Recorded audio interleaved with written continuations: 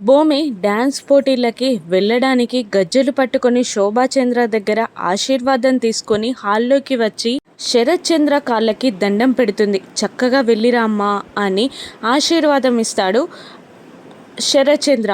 ఇక కారు వెక్కి బయలుదేరిన భూమిని చూస్తూ నవ్వుకుంటూ ఉంటుంది అపూర్వ. అప్పుడే సాధన నుండి ఫోన్ వస్తుంది.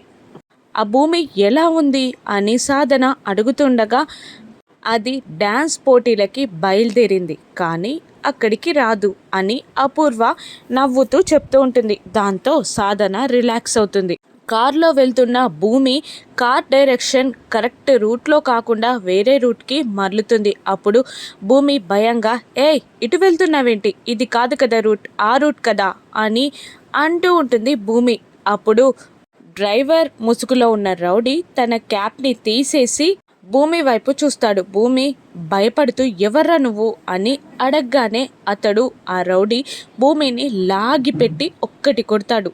భయంగా చెంప పట్టుకుంటుంది భూమి. అప్పుడు కత్తి తీసి భూమి మెడపై పెట్టి బెదిరిస్తూ ఉంటాడు ఆ రౌడీ. ఇక మరోవైపు ఆడిటోరియంలో భూమికి సంబంధించిన కో డాన్సర్స్ టెన్షన్ పడుతూ ఉంటారు.